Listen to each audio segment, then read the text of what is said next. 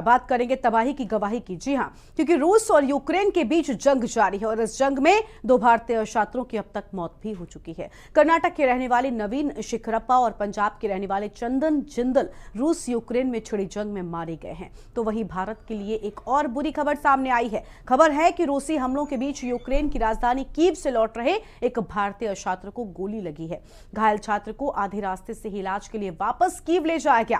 Poland में मौजूद केंद्रीय राज्य मंत्री वीके सिंह ने बताया कि हम ज्यादा से ज्यादा भारतीय छात्रों की वतन वापसी की कोशिश में लगे हुए हैं, लेकिन भारत सरकार के लाख दावे किए जाने के बावजूद भी यूक्रेन में फंसे बच्चे तबाही की गवाही दे रहे हैं, या यूं कहें कि बच्चे उन हर दावों की पोल खोल रहे हैं जो भारत सरकार द्वारा बच्चों को बाहर निकालने के लिए किए जा रहे हैं। पटना बिहार की रहने वाली श्वेता ने बताया कि कीव में इंडियन एम्बेसी बाहर तक निकलने नहीं दे रही है। भारत सरकार अपने नागरिकों को तुरंत ही खार्किव छोड़ने की बात कर रही है, लेकिन हम निकलें तो कैसे निकलें? बाहर मौत खड़ी है। उन्होंने कहा कि हमारे पास खाना तो है, लेकिन उसे खाने तक हम कैसे पहुंचे? कुछ यही हालत है भारत सरकार द्वारा किए जाने वाले मदद की। ऐसे ही न जाने कितने ही छात्र सोशल मीडिया पर अपनी अपनी आपबीती सुनाने में लगे हुए हैं और आखिर में सवाल बार बार है यही उठ रहा है कि आखिर कब आएंगे बच्चे।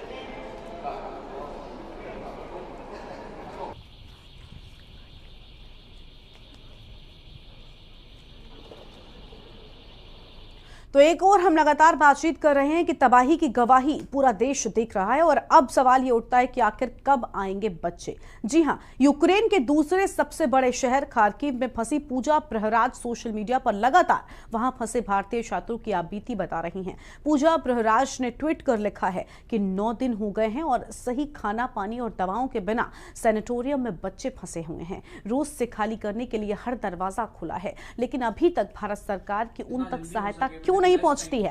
पूजा प्रहराज ने भारत सरकार से कहा कि क्या आप हमें सपनों को पूरा करने के लिए छोटे देश को चुनने की सजा दे रहे हैं? यहाँ बच्चे बहुत ज्यादा बीमार हो रहे हैं और यहाँ पे ऐसा कोई फैसिलिटी नहीं है मेडिसिन प्रोवाइड। तो पूजा प्रहराज की ओर से ट्वीट कर ये बड़ी बातें कही गई। हमें यहाँ से इवैक्यूएट करें थ्रू ग्रीन कॉरिडोर। और यहाँ पे सब बच्चे बीमार पड़ रहे हैं, जैसे कि यहाँ बहुत ज्यादा ठंड है, उसकी वजह से यहाँ बच्चे बहुत ज्यादा बीमार हो रहे हैं। और यहाँ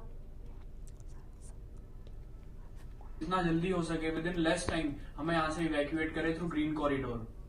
और यहाँ पे सब बच्चे बीमार पड़ रहे हैं, जैसे कि यहाँ बहुत ज्यादा ठंड है, उसकी वजह से यहाँ बच्चे बहुत ज्यादा बीमार हो रहे हैं। और यहाँ पे ऐसा कोई फैसिलिटी नहीं है मेडिसिन प्रोवाइड।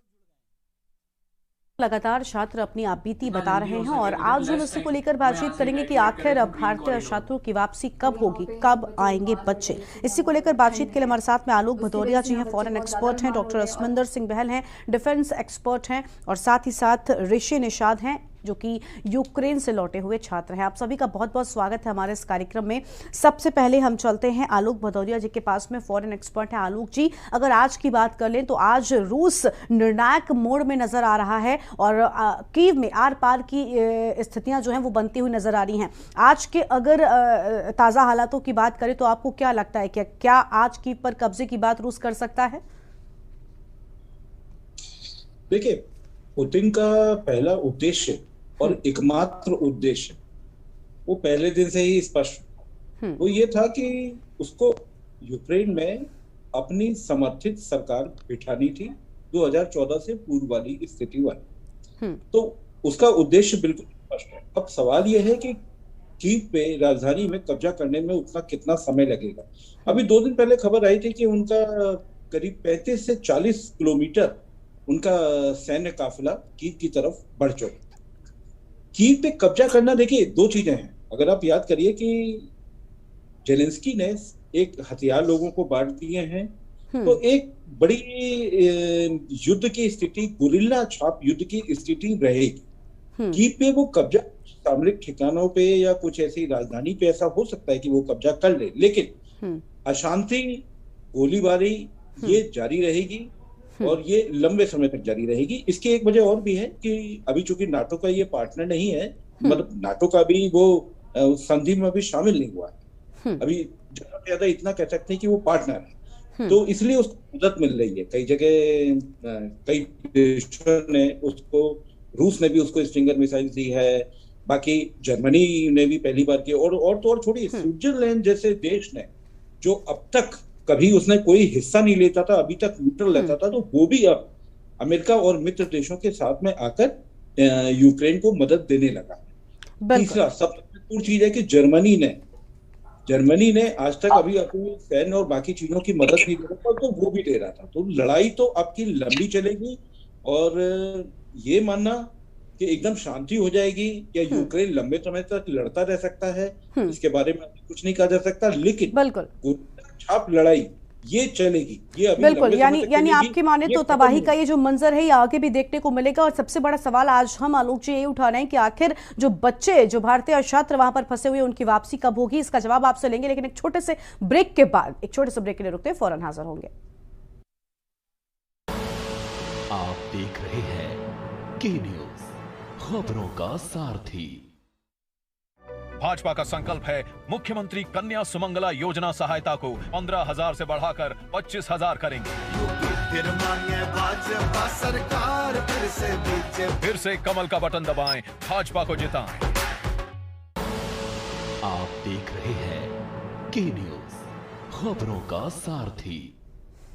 ब्रेक के बाद आप सभी का स्वागत है। आज हम लगातार बातचीत कर रहे हैं कि आखिर कब आएंगे बच्चे, क्योंकि लगातार अभी भी हम तस्वीरें देख रहे हैं जहां पर बच्चों के वीडियोस, ट्वीट सामने आ रहे हैं, जहां पर लोग लगातार सरकार से मदद की गुहार कर रहे हैं। इसी को लेकर आज हम बातचीत करें। हमारे साथ में लगातार मेहमान भी बने हुए हैं। हमारे साथ में असमिंदर सिंह बहल जी भी हैं, डिफेंस एक्सपर्ट हैं, उनके पास चलते हैं। असमिंदर जी, आपका बहुत बहुत स्वागत है। असमिंदर जी, तस्वीरें लगातार जो हैं वो परेशान करने वाली हैं। भले ही भारत सरकार लाख दावे कर रही हो कि हम कई बच्चों को यहाँ पर ले आए, हजारों बच्चों का दावा, खुद प्रधानमंत्री भी कह रहे हैं कि इतने सारे बच्चे आ चुके हैं, लेकिन अभी भी लगातार ट्वीट्स, मदद की गुहारें जो हैं वो बच्चों की ओर से लगाई जा रही है। कुछ बच्चों का बिल्कुल भी अता पता ही नहीं चल पा रहा है कि वो बच्चे आखिर हैं कहाँ, ना परिवार से कोई संपर्क है, ना किसी से कोई बातचीत। ऐसे में आखिर कैसे सभी बच्चों की वापसी होगी?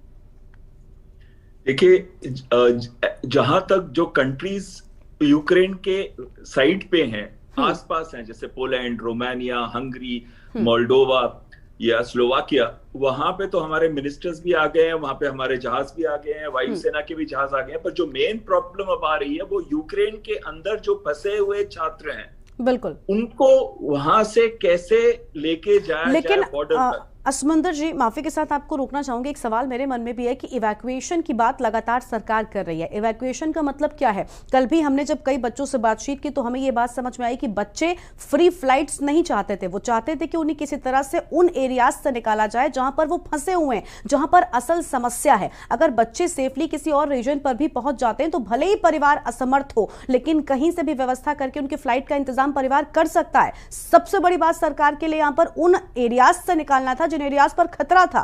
तो इवैक्यूएशन अगर आप पोलैंड से, हंगरी से सेफली बॉर्डर से इंडिया तक पहुंचा रहे हो तो उसमें कौन सी बड़ी बात हो गई? देखिए, आप सही कह रहे हैं। अभी शायद गवर्नमेंट ने 130 बसों का भी अरेंजमेंट किया है ताकि जो छात्र फंसे हुए हैं उनको लेके जाया जा सके, लेकिन कहीं ना कहीं डिले तो हो गया है। अगर यही चीज जो इतनी बड़ी अब वो इंटरेस्ट दिखा रहे हैं, इन्वॉल्वमेंट जो अब गवर्नमेंट कर रही है, अगर यही चीज आज से 15 दिन की होती तो इतनी मुश्किल कुछ भी नहीं आई थी। सारे के सारे इंडियन नागरिक हमारे बड़े आराम से हिंदुस्तान में अब तक आ चुके होते। तो कहीं ना कहीं ये चूक हुई है कीव की एम्बेसी से, एक्सटर्नल अफेयर्स से और हमारी इंटेलिजेंस असेसमेंट से कि लड़ाई होगी कि नहीं होगी। अगर लड़ाई हो भी गई, पहले 3-4 दिन में अगर हम इनको मूव करा देते तो भी ये सिचुएशन नहीं आती। बिल्कुल। लेकिन अब एक ऐसी सिचुएशन है कि ना उनको अंदर जाके निकाला जा सकता है, ना वो बेचारे चले तो चले कैसे। और अगर उनको रशिया बॉर्डर तक भी जाना है तो ये कोई इनके पास कंपास थोड़ना है, ये कोई मिलिट्री के सोल्जर थोड़ना है कि ये किसी ना किसी तरीके से फील्ड से होते हुए पहुंच जाएंगे। इनको ना वहां की लैंग्वेज पता है, उनको रास्ते नहीं पता, और ये बेचारे कभी लड़ाई के जंग में कभी गए भी नहीं है। तो ये जो अब कल की जो मिनिस्ट्री ने कहा था कि 3 पॉइंट से रशिया के वहां से आप आ जाइए, 15 से 20 किलोमीटर, लेकिन ये कहने के लिए अच्छा है, लेकिन कैसे करेंगे बच्चे और कैसे जाएंगे? और रास्ते में इतनी लड़ाई चल रही है और ये लड़ाई अब इंटेंस होने वाली है। इस लड़ाई इंटेंस होते ही अब जैसे वो जो कॉलम आप देख रहे थे, आर्मर्ड कॉलम, जो टैंकों के कॉलम, मैकेनाइज्ड इन्फेंट्री के कॉलम और जो लॉजिस्टिक्स व्हीकल्स के कॉलम देख रहे थे आप, अब वो कीव के चारों तरफ आ गए हैं। बिल्कुल, फाइनल असॉल्ट कभी भी हो सकता है। बिल्कुल। यानी असमंदर जी, आपका भी मानना है कि कहीं ना कहीं देखिए, बच्चों को निकालने की हमारी सबसे पहली प्रायोरिटी हमें लगता है सरकार की होनी चाहिए थी, और उसमें बेहद देरी जो है वो नजर आई है, लापरवाही नजर आई। क्रेडिट लेने मात्र से कुछ नहीं होता। हमारे साथ में एक यूक्रेन से लौटा हुआ छात्र भी ऋषि लगातार बना हुआ है। ऋषि के पास चलते हैं। ऋषि, आप कैसे लौटे, सबसे पहले हमें ये बताइए, और आपको किस तरह से यहाँ तक लाया गया वो समझाइए हमें। मैम, ये सबसे पहले मैम स्टार्ट हुआ 24 फेब को मैम। उस समय मैम हमारे डेनिप्रो सिटी में मैम 2 बम्बार्डमेंट हुआ मैम मॉर्निंग में। तो हम लोग मैम घबरा गए मैम, पूरा घबरा गए, क्या किया जाए क्या नहीं किया जाए। बाहर देख लोग एटीएम में और खाना खाने के लाइन में मैम, मतलब मॉल्स में मैम बहुत भीड़ था। 4 से 5 घंटे लगे हमें सिर्फ राशन लेने में, कोल्ड ड्रिंक्स वगैरह वगैरह फूड्स। सो मैम हम लोग 2 दिन मैम 25, 26 को मैम हम लोग बंकर में सोए मैम, क्योंकि एजेंट की तरफ से आया था कि आप लोग को बंकर में सोना है रात के 10 बजे से लेके सुबह के 6 बजे तक। बट मैम ऑन 26 मैम हम लोग को एक मैसेज आया कि ज़पोरोजिया में हाई अलर्ट हो गया है, रशियन आर्मी इन्वेड होने वाली है, ऐसा करके। हम लोग मैम 26 के रात को मैम बहुत घबरा गए। तो हमने कहा कि इंडियन बच्चों को कि चलो हम लोग चलते हैं छोड़ के अपने एजेंट को। अपनी यूनिवर्सिटी कुछ नहीं करने वाली है, एजेंट कुछ नहीं करने वाला मैम, हम लोग खुद का स्टैंड लेना पड़ेगा।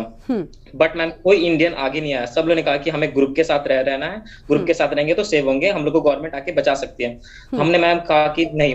मैंने मैम धीरे से चुपके से मैंने सिर्फ पापा को बोला था, पापा सिर्फ आप किसी को बोलिएगा मत, ना कि एजेंट को इन्फॉर्म करिएगा, हम अपने आप से जा सकते हैं, हम सक्षम है, हम जा सकते हैं बॉर्डर। हमारे यहाँ से मैम ईस्टर्न बॉर्डर रोमानिया का अप्रॉक्स 1000 किलोमीटर था मैम। हमने मैम उसी 26 मॉर्निंग को, जब रात को पता चला 26 को कि ऐसा ऐसा होने वाला था, हम 26 मॉर्निंग को अप्रॉक्स 3 बजे मैम हम चले गए स्टेशन। और रात को 10 बजे ट्रेन थी। 7 घंटे मैम हम लोग ने वेट किया, मेरे साथ फॉरेनर फ्रेंड्स से 7 घंटे हम लोग ने स्टेशन पे वेट किया ट्रेन के लिए। उसके बाद ट्रेन लिया डेनिप्रो टू ओडेसा। हम ओडेसा पहुंचने वाले थे मॉर्निंग में 10 बजे।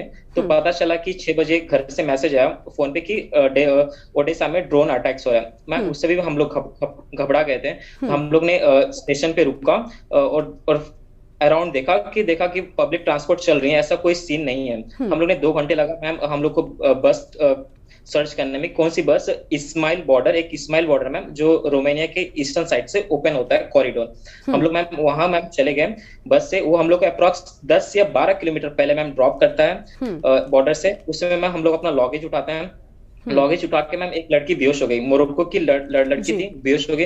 हाँ, हम लोग मैम उसका लगेज और प्लस उसको भी मैम कैसे कैसे करके लेके गए बॉर्डर के पास मैम। बॉर्डर के पास जाने के बाद मैम क्या हुआ कि एक रूल था मैम कि बच्चों को, लड़कियों को, औरत को, फैमिली को पहले चेक इन किया जाएगा, बाद में इंसान को किया जाएगा। उसके चलते मैम हम लोग को मैम 12 घंटे तक मैम -7 to 5 डिग्री में माइनस में खड़ा रहना पड़ा मैम। तो लड़कियां जो क्रॉस कर गई थी उन्होंने वापस हमारे लिए वापस बैक आई, कहीं कि ऋषि तुम ये कंबल ले लो, तुम्हें जैकेट ले लो, तुम्हें दिक्कत हो रहा होगा बॉर्डर पे। वो लोग अभी क्रॉस आउट चेक नहीं हुई थी, सिर्फ यूक्रेन बॉर्डर में अंदर गए थे, जबकि अंदर भी फॉर्मेलिटीज होती हैं कि हमें पासपोर्ट पे मोहर लगाना है वगैरह वगैरह लगाना है। तो हम मैम क्रॉस आउट हो गए 12 घंटे के बाद। 12 से 13 घंटे के बाद मैम बहुत दिक्कत हुआ, रात को बहुत दिक्कत हुआ। बिल्कुल, यानी आपको बड़ी दिक्कतों का सामना करना पड़ा। ऋषि, आपका पूरा जो प्रोसेस है, पूरी जो आपके वापस आने की प्रक्रिया है, वो आपसे हम जानेंगे, लेकिन उससे पहले एक छोटा सा ब्रेक का वक्त यहाँ पर हो रहा है, जल्द लौटेंगे। आप देख रहे हैं के न्यूज, खबरों का सारथी। बहुजन समाज पार्टी की राष्ट्रीय अध्यक्ष बहन कुमारी मायावती जी की उत्तर प्रदेश की जनता से अपील है कि वे सामाजिक एवं आर्थिक परिवर्तन के महानायक महात्मा ज्योतिबा फूले, छत्रपति शाहूजी महाराज, नारायण गुरु बाबा साहेब डॉक्टर भीमराव अंबेडकर व मान्यवर श्री कांशीराम जी आदि के सपनों को साकार करने तथा प्रदेश में विकास एवं कानून का राज कायम करने हेतु बीएसपी की सरकार बनाने के लिए पार्टी के सभी विधानसभा प्रत्याशियों को हाथी चुनाव चिन्ह के सामने वाले बटन को दबाकर उन्हें जरूर विजयी बनाएं। आप देख रहे हैं के न्यूज, खबरों का सारथी। ब्रेक के बाद आप सभी का स्वागत है। हम लगातार बातचीत कर रहे हैं कि आखिर कब और कैसे वतन वापसी करेंगे भारतीय छात्र। इसी को लेकर हमारे साथ में लगातार खास मेहमान भी बने हुए हैं, साथ ही हमारे साथ में यूक्रेन से वापस लौटे छात्र भी हैं। ऋषि, आपकी बात हम सुन रहे थे, आपकी बात अधूरी रह गई, पूरी करिए, क्या कहना चाहते हैं आप? मैम, जब हम मैम यूक्रेनियन बॉर्डर को मैम क्रॉस किए, हम रोमानिया बॉर्डर पे पहुंचे, हमने वहाँ पुलिस मैन से पूछा, सर यहाँ कहीं इंडियन एम्बेसी है जो हमें हेल्प कर सकते? उन्होंने कहा कि my dear son, from the day of evacuation there is no single volunteer from the Indian embassy. English में उन्होंने ये शब्द बोला जो मैम डायरेक्टली हर्ट हुआ मैम, कि हमने रोमानिया बॉर्डर क्रॉस कर लिया मैम, अब हमें एयरपोर्ट पर जाना, बुचारेस्ट एयरपोर्ट पर, आप कैसे जाए? उन्होंने कहा कि आप घबराइए मत, यहाँ रेड क्रॉस के वॉलंटियर्स हैं, आप सिर्फ आप सिर्फ बॉर्डर के उस पार जाइए, आपको 0% मनी पे करना पड़ेगा, मतलब 1 भी रुपए नहीं, आपको जो चाहिए वहां से लीजिए, खाइए। बट मैम इस बात का दुख हुआ कि वहाँ इंडियन एम्बेसी से एक भी एम्प्लॉय नहीं था मैम। ठीक है, यानी इंडियन एम्बेसी की कमी कहीं ना कहीं आपको ऐसे बुरे दौर में भी वहां पर कमी खली है। फॉरेन एक्सपर्ट हमारे साथ में लगातार आलोक भदौरिया जी बने हुए। आलोक जी, सुना आपने ऋषि किस तरह से अपना दर्द बयां कर रहे थे। देखिए, बहुत बड़ी बात होती है, हम इंडियंस को इंडियन होने पर बेहद गर्व है, लेकिन गर्व अपने देश में रहकर हम कर लेते हैं, जब खासतौर पर राष्ट्रीय पर्व आते हैं खूब गाने बजाने के साथ में हम भारतीयता की बड़ी बड़ी बातें कर लेते हैं, लेकिन ऐसे वक्त पर जब हम भारतीय होने के नाते ही वहां पर पहुंचे, और इंडियन एम्बेसी की बात अभी बताया ऋषि ने कि उन्होंने कहा कि क्या कोई है, और जब ऐसे वक्त पर आपको जवाब मिलता है कि नहीं, आपके देश से आपके लिए यहां पर कोई खड़ा नहीं है, तो क्या गुजरा होगा एक भारतीय के मन पर? बताइए आप। गरिमा जी, आप मुझसे पूछ रही? जी आलोक जी। अच्छा, देखिए, ये तो मानकर चलिए कि सबसे ज्यादा असफलता अगर किसी के ऊपर अगर डाली जाए, किसी संस्थान के ऊपर, इंस्टीट्यूशन के ऊपर, ऑफिस के ऊपर, तो वो है भारतीय दूतावास। सबसे ज्यादा अक्षम साबित हुआ है। न केवल अक्षम साबित हुआ, एक ये है कि एक अनाड़ीपन का कभी इसने लगातार एक सबूत दिया। अब जिनकी एडवाइजरी जो जारी हो रही है, एडवाइजरी साफ नहीं है और बार बार बदल रही है। लेकिन अब एक चीज ये बताइए, हमारे अश्विंदर जी सब डिफेंस से जुड़े हुए हैं, अब एक चीज ये समझिए कि अगर ये नौकरशाह अगर ये एडवाइजरी जारी करने से पहले किसी भी कॉम्बैट वाले पर्सन से, किसी भी ऑपरेशनल वाले से जिसने ये सब परिस्थितियां झेली है, उनसे अगर ये बातचीत करके अगर एडवाइजरी जारी होती, तो आप ये मान करके चलिए कि उसमें वो बहुत सारे पहलू होते हैं, हर घंटे आपको बदलना नहीं पड़ता। अब जैसे 1 मार्च को हमारे जनरल वीके सिंह चले गए, वो कहते हैं कि हम आपको, आप अपने वहीं रुकिए, हम सब निकालने का सारा बंदोबस्त कर रहे हैं। 1.5 घंटे के अंदर दूतावास अपनी वो बदल देता है, वो एडवाइजरी देता है कि आप कैसे भी निकले, चाहे पैदल चले, कोई वाहन मिले, चाहे उस पे जाए, जैसे भी हो आप अपने वहां पे पहुंच जाए, निकले वहां से। तो ये एक विरोधाभास है, ये नहीं होना चाहिए। दूसरी बात, हमको देखिए, ये घटना भी और भी है, अभी और लोगों को भी निकाला जाना है। पहले दिन अपने लगभग 250 लोगों को निकाला, दूसरे दिन 600 लोगों को निकाला। उसके लिए क्या हुआ, एक मंत्री आपका मुंबई के एयरपोर्ट पे पहुंच गया, वहां पर खड़े होकर सबका स्वागत कर रहा है। यहाँ पर उनको एक फूल के एक वो दिए जाने, कली दी जा रही है, कोई गला में लगा रहा है। भाई, इतना करने की जगह आपने 4 मंत्रियों को भेजा, मंत्री वहां किसको जानते हैं? सारी जो नेटवर्किंग है, नेटवर्किंग आप ये मान करके चलिए कि वहां दूतावास की होगी, दूतावास के कर्मचारियों की होगी। तो आपने दूतावास के कर्मचारियों को एम्पावर क्यों नहीं किया? अगर उनको एम्पावर कर देते तो सारा बंदोबस्त तो वही करते। अच्छा, एक चीज और, 4 दिन तक आप ये मान के चलिए कि यूक्रेन के पूर्वी हिस्से में ही सारी लड़ाई चल रही थी। डोनबास वाले इलाके को वो सब आजाद देश समर्थन, वो सब के बाद में जब वो खार्किव की तरफ जब आ रहे थे, तब तक वो 4 दिन निकल चुके थे, वो कीव की तरफ बढ़ रहे थे, कीव पहुंचे नहीं थे। तो आपने वहां से निकालकर अपने कम से कम यूक्रेन के पश्चिमी देश, पश्चिमी यूक्रेन की तरफ क्यों नहीं लोगों को भेज दिया, अपने बच्चों को सुरक्षित? क्या आप वहां पर उस समय बस का बंदोबस्त नहीं कर सकते थे? उस समय तो कीव में बसें थी, आज से 4 दिन के बाद।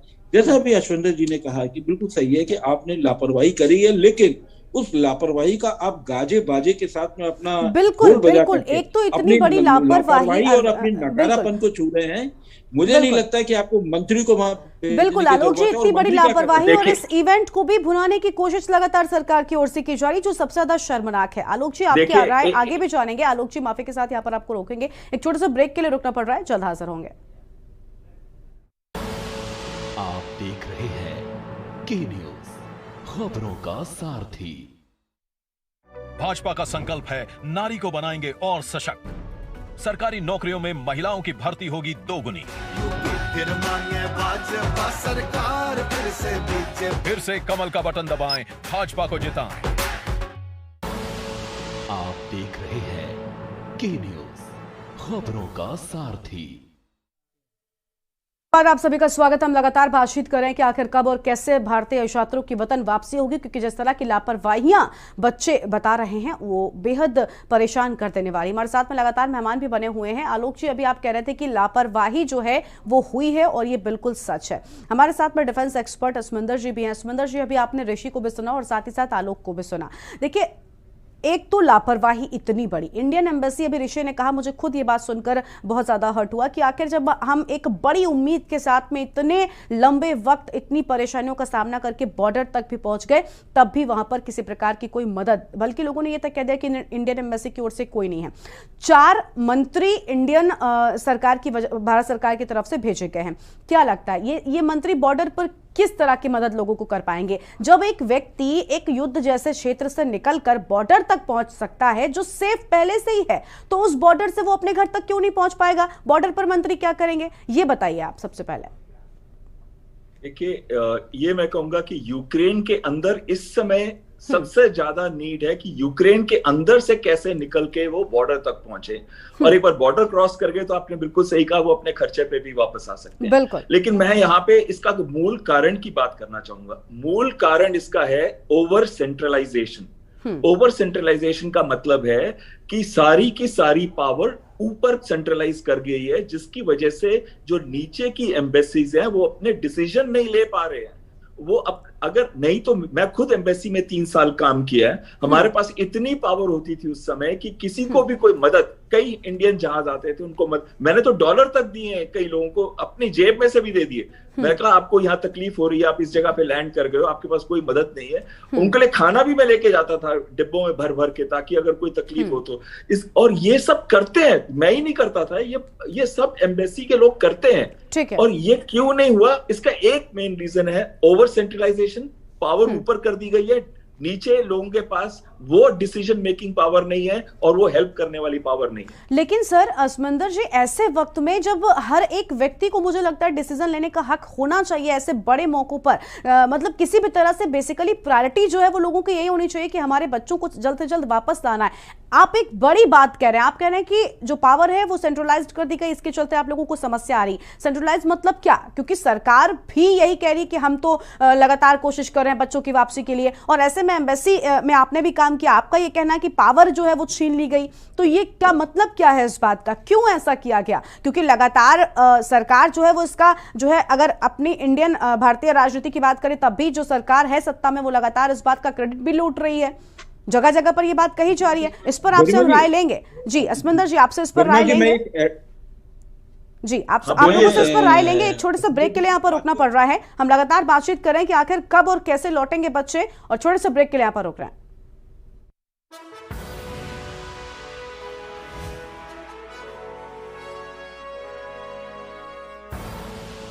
आप देख रहे हैं के न्यूज, खबरों का सारथी।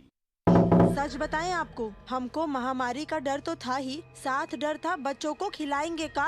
एक थैली राशन मोदी जी से आया और एक थैली योगी जी, वो भी बिल्कुल मुफ्त। अरे जो टोटी चुराते हैं वो रोटी क्या खिलाएंगे।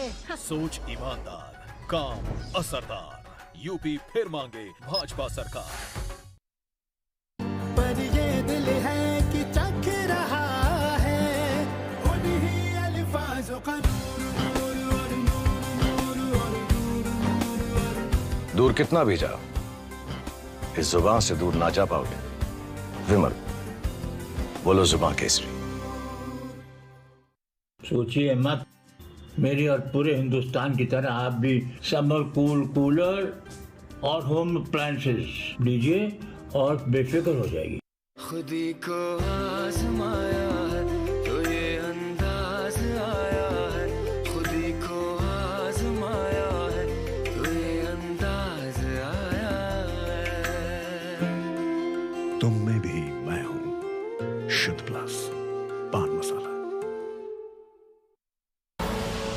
आप देख रहे हैं के न्यूज, खबरों का सारथी।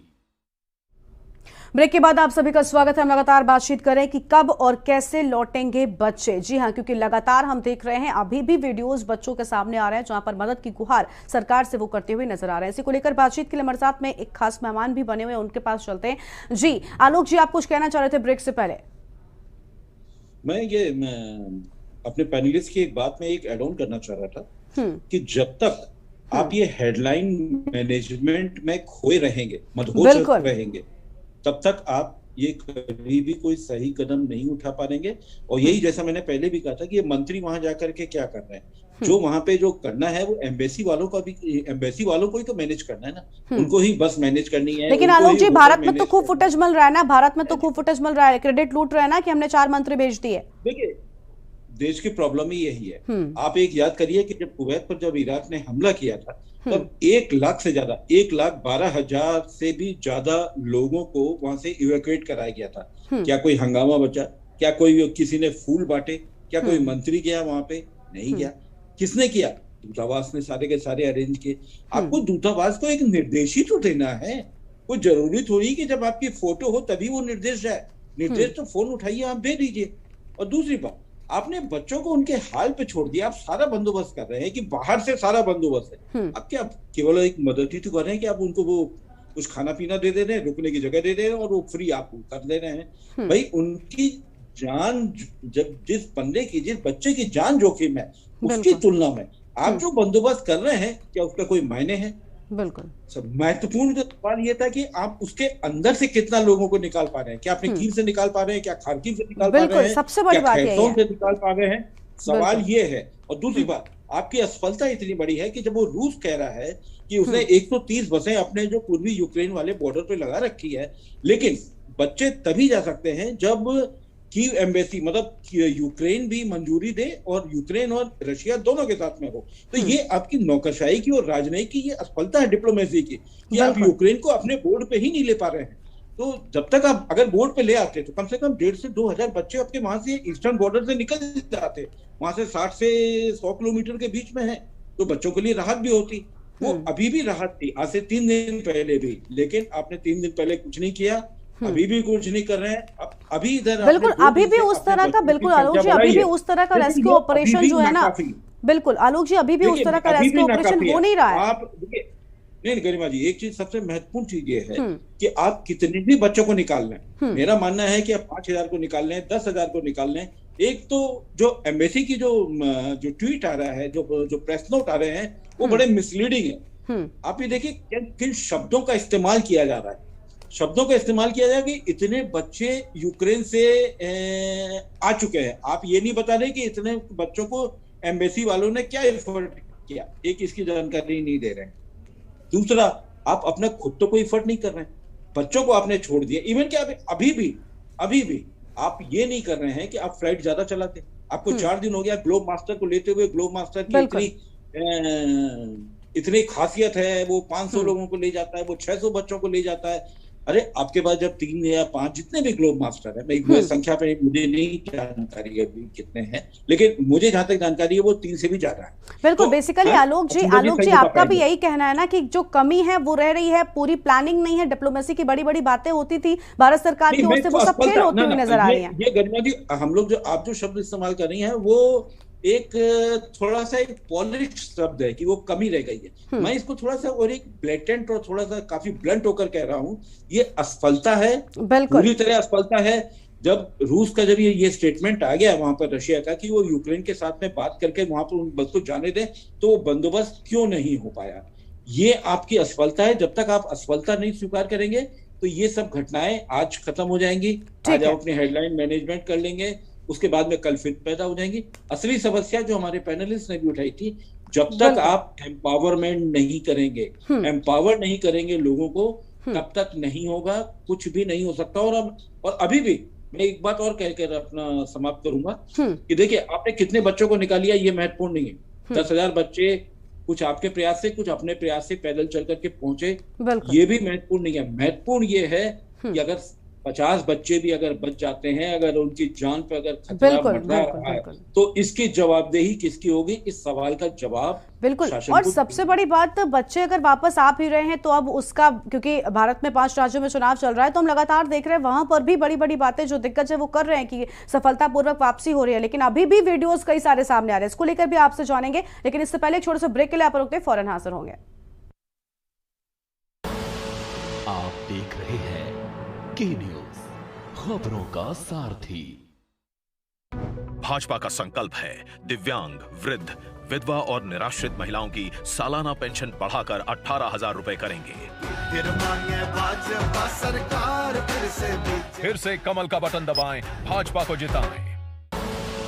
आप देख रहे हैं के न्यूज, खबरों का सारथी।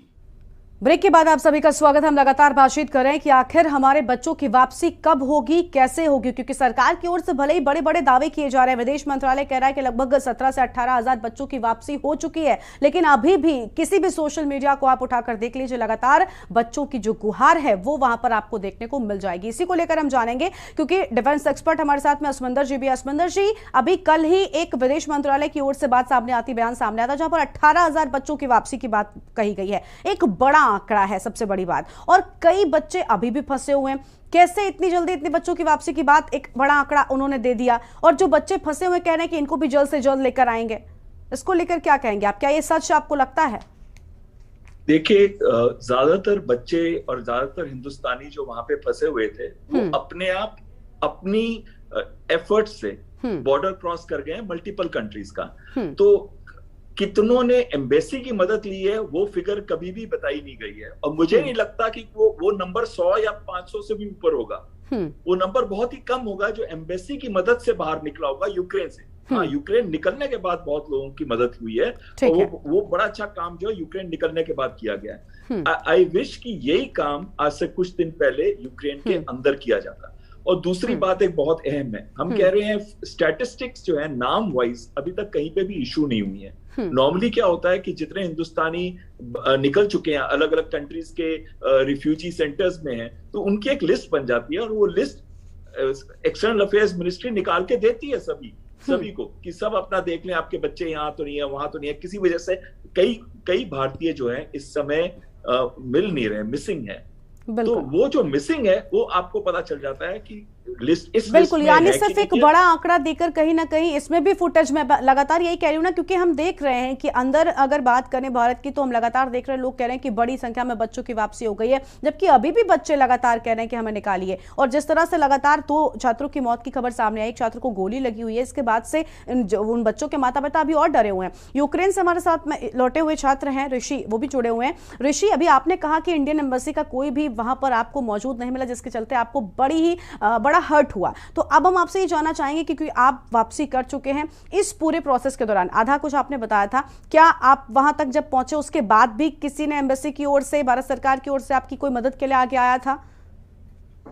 मैम, जब हम रोमानिया बॉर्डर पे पहुंचे आउटसाइड, तो वहां मुझे बोला गया कि रेड क्रॉस एनजीओ है वो आपको बुचारेस्ट रेलवे स्टेशन पे ड्रॉप करेगी, क्योंकि वहीं पे कैंप लगा है रेड क्रॉस का। मैम, तो उन्होंने मैम अप्रॉक्स 4.5 आवर ड्राइव किया हम लोग को लेके वहां तक। मैम, हम लोग पहुंचे, बट वो इतने काइंड पर्सन थे, हम्बल थे, उन्होंने अपने पैसे से हम लोग को ट्रेन का टिकट कटवाया जो Bucharest railway station to Bucharest airport तक जाती थी। मैम, इतने हम्बल काइंड। मैम, एयरपोर्ट पहुंचने के बाद हमने एम्बेसी को बहुत ट्राई किया, उनका नंबर, वो लोग मैसेज ही रिप्लाई नहीं करते थे मैम व्हाट्सएप का। बट हमने एयरपोर्ट पे पूछा कि ma'am here any embassy workers here, उन्होंने कहा कि हाँ ऊपर बैठे हैं वो लोग, ऊपर कुछ इंडियंस है अप्रॉक्स 150-200, वहां पर गए मैम। बट मैम वहां पर जाने के बाद इतना गंदा डिसअपॉइंटमेंट हुआ ना मैम, वो लोग नाम तक नोट नहीं कर रहे थे मैम, क्योंकि वो लोग कह रहे थे कि आप वेट करिए, अभी आपका नाम लिखा नहीं जाएगा, अब ये लोग बच्चे चले जाएंगे तब। मैम, एक एम्बेसी वर्कर थे, उन्होंने नाम नोट नहीं किया। हम पहुंच गए थे अप्रॉक्स रात को, हमने बॉर्डर क्रॉस किया 2 बजे, हम पहुंच गए एयरपोर्ट पे अप्रॉक्स मॉर्निंग 7 AM। और मैम रिक्वेस्ट करते करते उन्होंने नाम नहीं लिखा, बट मैम एक आंध्र प्रदेश के एक एम्बेसी वर्कर थे, उनके बाद से उन्होंने कुछ पूछा भी, अप्रॉक्स उन्होंने 12 बजे मेरा नेम जोड़ किया मैम। बहुत मुझे अच्छा लगा, हमने उनका फोटो भी लिया है, इतना अच्छा लगा, दिल में एक सुकून आया, चलो आप जा सकते हैं भारत अपने, क्योंकि मैम जब तक अपना नेम और पासपोर्ट नंबर नोट नहीं होगा आप उस लिस्ट में काउंट नहीं होंगे जाने में। और मैम हम लोग डर ये रहते कि मैम अगर नेम नोट नहीं होगा तो हम लोग को शेल्टर जो बना है वहां पर ट्रांसफर कर देंगे, और वहां पर मैम 2 दिन तक मिनिमम बच्चों को रख रहे हैं मैम, 2 दिन तक। मैम इतना ट्रैवल करके 4 दिन ट्रैवल करके हम अब 2 दिन फिर से अब रेस्टिंग रूम में जाए तो अच्छा नहीं लगता, पूरा दिल पे बिल्कुल, लगता यानी है। भारी लापरवाहियों का सामना जो है वो आपको करना पड़ा और कहीं ना कहीं निराशा भी आपको हुई है, क्योंकि जिस तरह की लापरवाही एम्बेसीज की ओर से देखने को मिली है वो बेहद परेशान कर देने वाली है। आगे भी आपसे बातचीत करेंगे ऋषि, जानेंगे कि आखिर किस तरह से आप यहाँ तक पहुंचे और क्या उम्मीद आपको थी इंडियन एम्बेसी से। लेकिन एक छोटे से ब्रेक के लिए यहाँ पर रुक रहे हैं, फौरन हाजिर होंगे। आप देख रहे हैं के न्यूज, खबरों का सारथी। भाजपा का संकल्प है बढ़ेंगी सरकारी भर्तियां, तत्काल करेंगे खाली पदों पर नियुक्तियां।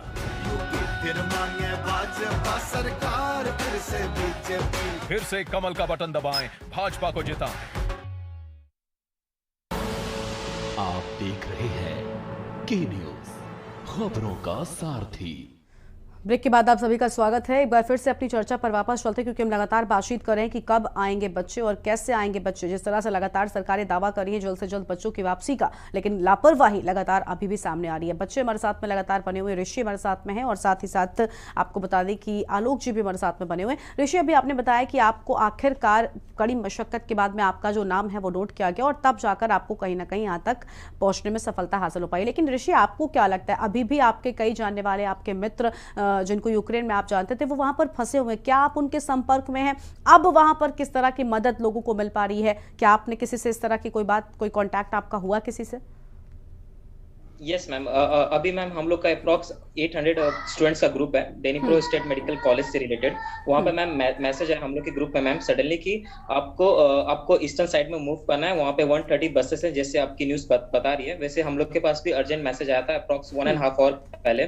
तो वहाँ कुछ बच्चे मैम एक्टिव हुए हैं, बात कर रहे हैं ग्रुप बना के जाने के लिए बाहर सिटी से मैम, ज़पोरिज़िया साइड से इस साइड मैम बच्चे फंसे हैं मैम अभी भी वहाँ पे। ठीक है, यानी अभी भी फंसे हुए हैं। लेकिन ऋषि, आपको क्या लगता है इंडियन एम्बेसी को किस तरह की तैयारी करनी चाहिए थी, या इंडियन गवर्नमेंट को किस तरह से आप लोगों की मदद करनी चाहिए थी? आपको क्या लगता है किस तरह की प्रोसेसिंग उनको अपनानी चाहिए? सबसे पहले मैम मिस्टेक हुआ मैम, एम्बेसी से जो मैम हेल्पलाइन नंबर मिला था मैम, आफ्टर 24 के बाद जो इंसिडेंट हुआ, जो हम लोग नंबर डायल कर रहे थे वहाँ पे मैम इतना हम लोगों ने कॉल किया। आपको हमने न्यूज चैनल पे रिकॉर्ड एक भेजा है, जो कि मैम मेरी फ्रेंड ने मेरे बगल में ही रिकॉर्ड किया, हम लोग ने रिकॉर्ड किया था।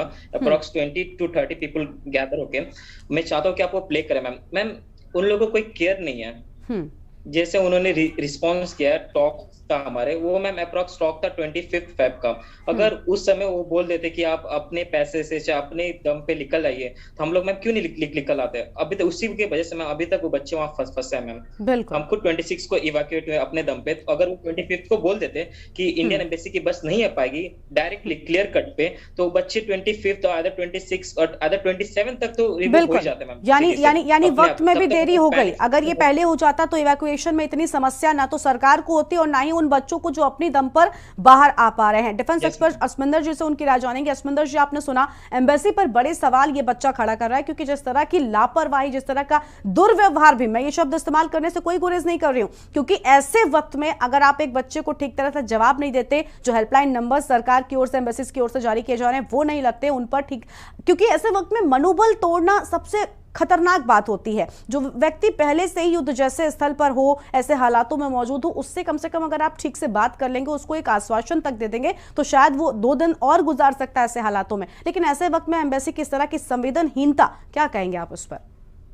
देखिए, जैसे मैं आपको पहले भी बता रहा था, मैं 3 साल एम्बेसी में काम किया है एज मिलिट्री एडवाइजर। तो वहां पे मैंने जो देखा था कि जो IAFS के ऑफिसर्स हैं बहुत प्रोफेशनल हैं और अपने जॉब को बहुत अच्छी तरह से जानते हैं, और उनको हर एक को मदद करते हुए जिस वे से वो बिहेव करते थे पब्लिक के साथ, इंडियंस के साथ, सबके साथ बहुत अच्छी तरह करते थे। लेकिन यहाँ प्रॉब्लम उनकी नहीं है, वो फोन ना उठाने का एक मेन रीजन होता है कि अगर आपके पास क्लियर डायरेक्शंस हो, क्लियर डिसीजन हो, तो आप फोन उठाएंगे। लेकिन क्लियर डायरेक्शंस और क्लियर डिसीजंस लेने की पावर अगर आप कहने छीनी गई, तो क्यों छीनी गई? क्या वजह हो सकती है? सरकार भी तो यही कह रही है ना, क्योंकि वो लेकर भी आ जाएंगे तो उनको फायदा होगा ना, क्रेडिट तो मिलेगा ना।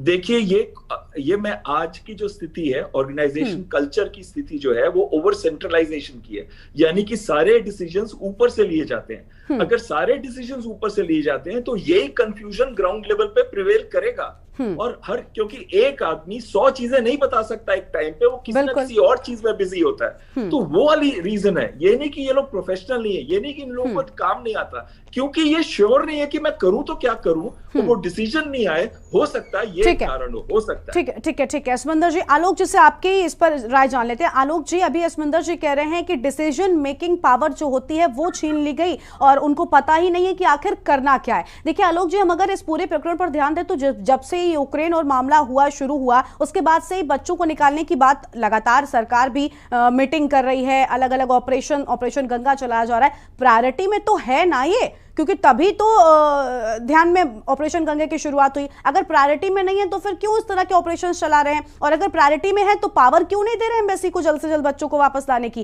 क्यों वो कॉल उठाने से डरते हैं बच्चों की?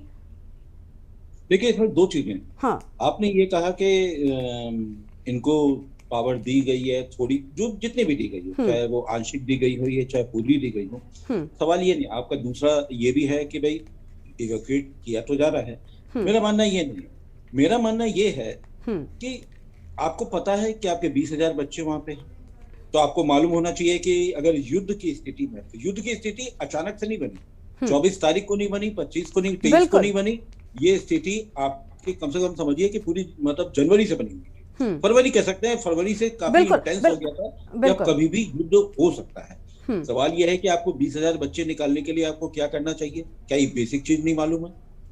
अरे सर, ये तो लेकिन पहले की बात हो गई। हम तो ये भी सवाल अब नहीं उठा रहे हैं। हम तो पहले उन्होंने जो गलतियां कर दी उसको भी जाने दे रहे हैं कि ठीक है जो हो गया, अब जो स्थिति है उससे निपटने की बात कर लीजिए ना। अभी भी ये जितने स्टूडेंट बचे हुए हैं, अभी तक इनके यूक्रेन के साथ में ये बात नहीं कर पाए डिप्लोमेसी कि इनको सेफ पैसेज इन सारे बच्चों को ईस्टर्न यूक्रेन से दिया जाए। दूसरी बात, खार्किव या इधर वाले जो पीछे वाले जो इलाके हैं, जो वेस्टर्न की तरफ, वो तो नॉर्थ ईस्ट में आ जाता है, तो वेस्टर्न वाले इलाके से भी क्या पूरा इवैक्यूएशन हो गया है? क्या कहीं कोई जानकारी पब्लिक डोमेन में है? बिल्कुल नहीं। यही एक बहुत बड़ी समस्या है। बिल्कुल, यानी इसी तरह की समस्याएं हैं जो सामने आ रही है और इन समस्याओं का सीधा असर जो पड़ रहा है। आलोक जी आपकी बात पूरी सुनेंगे हम। एक छोटे से ब्रेक के लिए यहाँ पर रुक रहे हैं क्योंकि आप कह रहे हैं कि समस्याएं जो हैं वो आ रही हैं और इन समस्याओं का सीधा असर किसी पर पड़ रहा है तो वो उन छात्रों पर, उन बच्चों पर जो यूक्रेन में ऐसे गंदे हालातों में फंसे हुए हैं। एक छोटे से ब्रेक के लिए यहाँ पर रुकते हैं, जल्द लौटेंगे। आप देख रहे हैं के न्यूज़, खबरों का सारथी। पहले जब कोई बड़ी बीमारी या महामारी आवत रही तो टीका विदेश से आवत रहा और हम लोगन तक पहुंचन में तो जमाने लग जाते हैं। पर ई बार कोरोना का टीका अपने ही देश में बना है। इतने सारे देशन की जनसंख्या के बराबर टीका तो सिर्फ हम यूपी वालन के ही लगा है, वो भी एकदम मुफ्त। आज कौन और सरकार होती तो विदेश से टीका मंगवाती और कमीशन खाती भरपेट। फिर हम लोगन का नंबर कब आता, हिसाब लगा लो। कमल का बटन दबाएं, भाजपा को जिताएं। आप देख रहे हैं के न्यूज़, खबरों का सारथी। ब्रेक के बाद आप सभी का स्वागत है और लगातार इसी को लेकर बातचीत कर रहे हैं कि आखिर कब आएंगे बच्चे, क्योंकि विदेश मंत्रालय कह रहा है कि हमने लगभग 17 से 18,000 बच्चों का इवैक्यूएशन कर लिया है, लेकिन अभी भी कई बच्चों के वीडियो सामने आ रहे हैं, कई माता पिता के वीडियो सामने आ रहे हैं जो लगातार सरकार से मदद की गुहार, अपने बच्चों की वापसी की गुहार लगाते हुए नजर आ रहे हैं। इसी को लेकर हमारे साथ में डिफेंस एक्सपर्ट भी जुड़े हुए हैं और साथ ही साथ हमारे साथ में यूक्रेन से वापस लौटे हुए छात्र ऋषि भी हैं।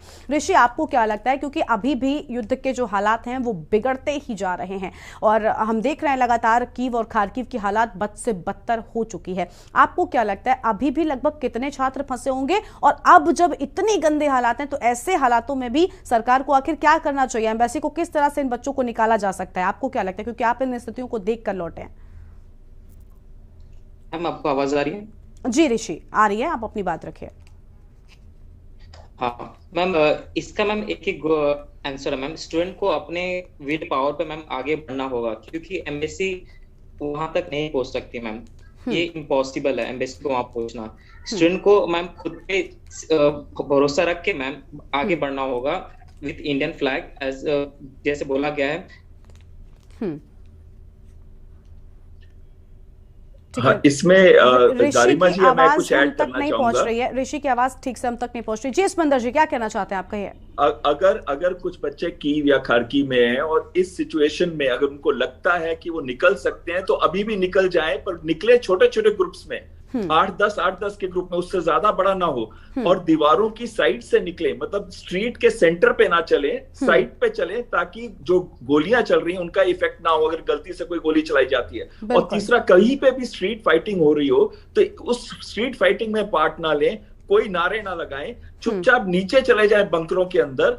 और सबसे बड़ी बात है, अपना राशन को संभाल के रखें, अपने आप को महफूज करके रखें, अपने आप को कहीं पे भी, आप फील्ड्स में कहीं पे भी, जहां पे अगर आपको लगे कि सिचुएशन डेंजरस हो रही है तो वहां पे चले जाएं, फील्ड्स के अंदर, बंकर्स के अंदर, छुपी हुई जगहों में, ताकि आप डायरेक्टली किसी भी कॉन्फ्रंटेशन में ना आए। और कोई ऐसा पोस्ट ना डालें सोशल मीडिया पे जिससे यूक्रेन गवर्नमेंट या रशियन गवर्नमेंट हर्ट हो जाए। बिल्कुल, यानी किसी तरह का आपको पोस्ट नहीं करना है। देखिए, अभी असमंदर जी आपने भी कहा और साथ ही ऋषि भी यही कहते हुए नजर आए कि विल पावर भी कमजोर तब होता है जब अपने साथ छोड़ देते हैं। और ऐसे वक्त में ऋषि जी से एक सवाल पूछना चाहता हूँ। ऋषि जी हमारे साथ में अभी फिलहाल नहीं बने हुए हैं, संपर्क हमारा टूट गया, कोशिश कर रहे हैं। जी आलोक जी, हम संपर्क कर रहे हैं उनके साथ जोड़ने का। जो भी एडवाइजरी जारी हुई है, क्या अभी जो अश्विंदर जी ने जो बताया कि जो प्रिकॉशन उठाने हैं, क्या उन प्रिकॉशन का किसी भी एडवाइजरी में जिक्र है? बिल्कुल, हम जानेंगे ऋषि से। दिया जाना चाहिए था, वो अभी तक। बिल्कुल आलोक जी, हम ऋषि से जानेंगे, लेकिन अभी ऋषि भी यही कह रहे थे कि विल पावर पर ही बच्चे सिर्फ बाहर निकल सकते हैं, एम्बेसी वहां तक नहीं पहुंच सकती। एम्बेसी और एम्बेसी के जो सरकार के मंत्री हैं वो बॉर्डर्स पर खड़े आपका इंतजार कर रहे हैं गुलाब लेकर। जब आप पहुंच जाएंगे ऐसे हालातों से, तब वहां पर आपको गुलाब थमा दिया जाएगा। लेकिन आलोक जी, आप बताइए, ऐसे वक्त पर जब विल पावर की बात अभी डिफेंस एक्सपर्ट भी कर रहे थे, अस्मंदर जी, बच्चे ऋषि ने भी कहा, तो ऐसे वक्त में विल पावर टूट नहीं जाती जब अपने साथ छोड़ देते हैं? और यूक्रेन में फंसे छात्र का कोई अपना है तो सिर्फ और सिर्फ भारत सरकार, भारत देश और भारत की एम्बेसी। इस पर आपसे जवाब लेंगे, लेकिन उससे पहले एक छोटे से ब्रेक का वक्त हो रहा है, कहीं मत जाइएगा, जल्द हाजिर होंगे। आप देख रहे हैं के न्यूज़, खबरों का सारथी। भरोसा भैया, भरोसा उस पर होता है जिसने आपके साथ सौतेला व्यवहार न किया हो, जैसे कि अपने मोदी और योगी। याद है ना, पूर्वांचल में स्वास्थ्य सेवाएं हमेशा पंचा रहती थी। भाई, ये तो योगी मोदी ने रायबरेली और गोरखपुर में एम्स बनवाया और आयुष्मान कार्ड से 5 लाख का इलाज मुफ्त दिलवाया। भरोसा है, आगे हर जिले में मेडिकल कॉलेज बनाएंगे और एम्बुलेंस दुगनी करेंगे, और फायदा हम गरीब को ही तो मिलेगा, क्योंकि सेंटर में जो मोदी जी बैठे हैं ना, उनके सेंटर में जात धर्म नहीं, हम गरीब रहते हैं। इसीलिए कमल का बटन दबाएं, भाजपा को जिताएं। जाति धर्म से उठकर बढ़ाया है सम्मान, सबसे पहले गरीब कल्याण। आप देख रहे हैं के न्यूज़, खबरों का सारथी। ब्रेक के बाद आप सभी का स्वागत है। हम लगातार डिफेंस एक्सपर्ट से बातचीत कर रहे हैं कि आखिर कैसे बच्चे वापस लौटेंगे। इसी को लेकर हमारे साथ में आलोक जी लगातार बने हुए। आलोक जी, आपसे मैंने सवाल किया ब्रेक से पहले कि आखिर विल पावर ऐसे वक्त में जिसकी सबसे ज्यादा जरूरत होती है, अगर उसे ही तोड़ दिया जाए, अपने साथ नहीं देंगे ऐसे वक्त में जो व्यक्ति युद्ध जैसे क्षेत्र में फंसा हुआ है, तो आखिर उसका विल पावर कैसे मेंटेन रहेगा? कुछ कहिए ना उन बच्चों के लिए जो अभी भी फंसे हुए हैं। देखिए, एक सबसे महत्वपूर्ण चीज ये है कि आप हमेशा विल पावर बच्चों के ऊपर डाल देते हैं। भैया, सरकार की इच्छा शक्ति क्या है? सरकार की इच्छा शक्ति, सरकार क्यों नहीं एक चॉकआउट करती है कि हम 48 घंटे में सब निकाल देंगे? वो किस बात का इंतजार कर रही है? क्या उसके पास जहाज नहीं है? क्या हमारे पास वायुसेना के पास में जहाज नहीं है? क्या हमारे पास इंडिगो की फ्लाइट नहीं है? क्या हम 10 घंटे के लिए कोई रोक नहीं सकते हम ये? तो हम ये इस तरीके की बातें कि हम क्यों करना चाह रहे हैं, ये नंबर एक तो ये नहीं बात। और बच्चों को आपने अकेले छोड़ दिया, और बच्चों को अकेले छोड़ना क्यों छोड़ रहे हैं? क्या हमारे भारत में इजराइल के तरीके से मिलिट्री ट्रेनिंग मैंडेटरी है? नहीं है। तो अगर नहीं है मैंडेटरी, तो अब क्या, अभी जैसे अश्विंदर जी ने बहुत अच्छी चीज बताई, मैंने शुरू के 2 एडवाइजरी देखी, उसमें कहीं भी इस बात का मैं थोड़ी सी माफी चाहूंगा कि मैं सारी एडवाइजरी नहीं पढ़ पाया। शुरू के 2 एडवाइजरी देखी, उसमें कहीं भी इस बात का जिक्र नहीं है कि युद्ध और युद्ध के हालात वाली स्थितियों में आपको किस तरीके से जान बचा करके निकलना पड़ेगा। सबसे पहले आपने यूक्रेन में क्या बात करी, महत्वपूर्ण सवाल ये है। बचने से काम नहीं चलेगा। आप हमेशा मुद्दों से बचना चाहते हैं। फूल मालाएं पोलैंड, रोमानिया मोल्डोवा के बॉर्डर पर देने से कुछ नहीं होता। आप हमारे अंदर जाइए, अंदर आपने क्या किया। बिल्कुल महत्वपूर्ण सवाल यह है, आप उस सवाल को लेते हुए होना चाहिए। अब इतनी बड़ी मानवीय त्रासदी, बच्चों की जान जा रही है, आप उसमें घंटे ले रहे हैं।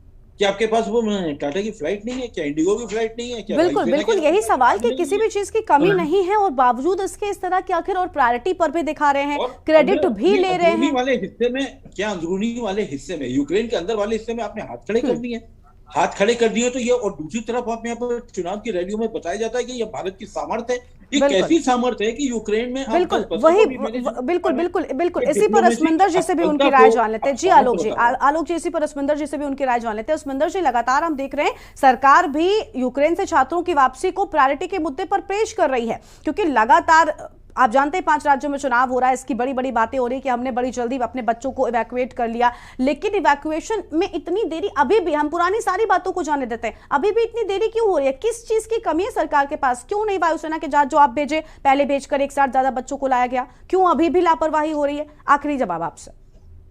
देखिए, 2 चीजें मैं कहना चाहूंगा, मुझे सिर्फ 2 मिनट का टाइम दीजिए। पहली चीज ये है कि अभी सरकार कोशिश कर रही है, लेकिन अब वो स्थिति है कि हमारी फौजें अंदर नहीं जा सकती। अब हमारे जो वायुसेना के जहाज हैं वो मिलिट्राइज जोन के अंदर, जो उस जोन के अंदर, वॉर जोन के अंदर नहीं जा सकते, लेकिन हमारे पास काफी हद तक C-130, C-17 और IL-76 जहाज हैं जो हम भेज सकते हैं नेबरिंग एरियाज में। But main problem neighbouring countries की नहीं है। एक बार बाहर चले गए यूक्रेन के तो हमारे बच्चे सेफ हैं, जो हमारे लिए सबसे, हम तो प्रे करते हैं डेली उनके लिए कि वो बच्चे सेफली निकल जाएं। और मैं बच्चों को एक चीज कहना चाहता हूं, आप अपना कभी मनोबल ना टूटने दें। बिल्कुल याद रखिए, आप भारतीय हैं, you are an Indian, and if you are an Indian, how can you not be proud? बिल्कुल बिल्कुल अस्मिंदर जी, बिल्कुल अस्मिंदर जी, हम भी बिल्कुल अस्मिंदर जी, माफी के साथ आपको रोकूंगी, यहाँ पर वक्त की बहुत कमी है और हम भी लगातार के न्यूज भी इन बच्चों से यही अपील कर रहे हैं कि आप अपने मनोबल को बनाए रखिए, आप जरूर सुरक्षित लौटेंगे, क्योंकि सरकारें भले देरी से ही थोड़ा सा हो लेकिन कोशिश जरूर करिए आपकी वापसी के लिए। आप दोनों का बहुत बहुत शुक्रिया हमारे साथ में जुड़ने के लिए और हमसे बातचीत के लिए, अपनी बात रखने के लिए। तो लगातार हम यही सवाल उठा रहे हैं कि आखिर कब और कैसे लौटेंगे बच्चे, क्योंकि सरकार भले ही हजारों बच्चों की वापसी का दावा करी हो, लेकिन अभी भी कई बच्चों की मदद की गुहार के वीडियोस हर एक सोशल मीडिया प्लेटफॉर्म पर आपको देखने को मिल जाएंगे। फिलहाल मेरे साथ इस खास पेशकश में इतना ही। आप देखते रहिए के न्यूज इंडिया। नमस्कार।